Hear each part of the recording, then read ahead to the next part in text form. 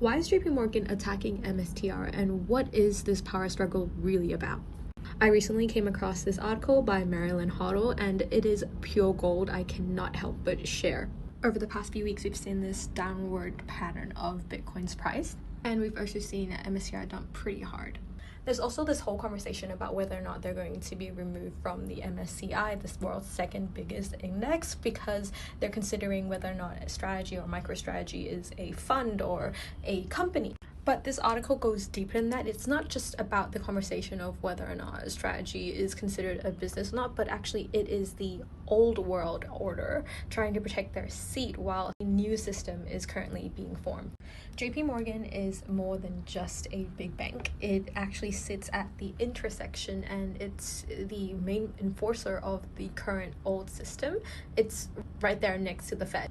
As the administration is trialing and testing this new pivot, treasury-linked stables, programmable statement rails, and Bitcoin Reserve as long-term duration collateral, this threatens the old world order and the power that JP Morgan currently holds.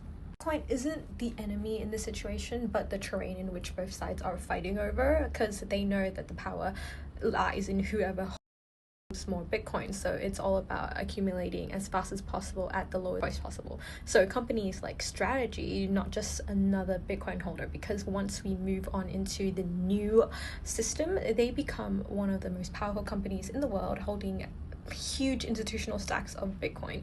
MSTR, they act as kind of like the bridge between the old and new system. It says it is the conversion mechanism, the bridge between legacy institutional capital and emergent Bitcoin treasury monetary architecture. Obviously, JP Morgan knows that, and they don't want that control. So for as long as they can, and as much influence as they have right now, they're using whatever they can to protect their position and attack the new upcoming power. This article is definitely one to read if you haven't already, because it illustrates and talks about more than just, hey, is this such a financial play, like what's going on, indexes, but actually looks deeper into the macro things and what is actually happening. Why are JP Morgan really holding on to this, and how does all these pieces fall together? So I really recommend take this with a grain of salt, but at the end of the day, we know something big is happening. We're living through a new monetary alignment and a new system being built.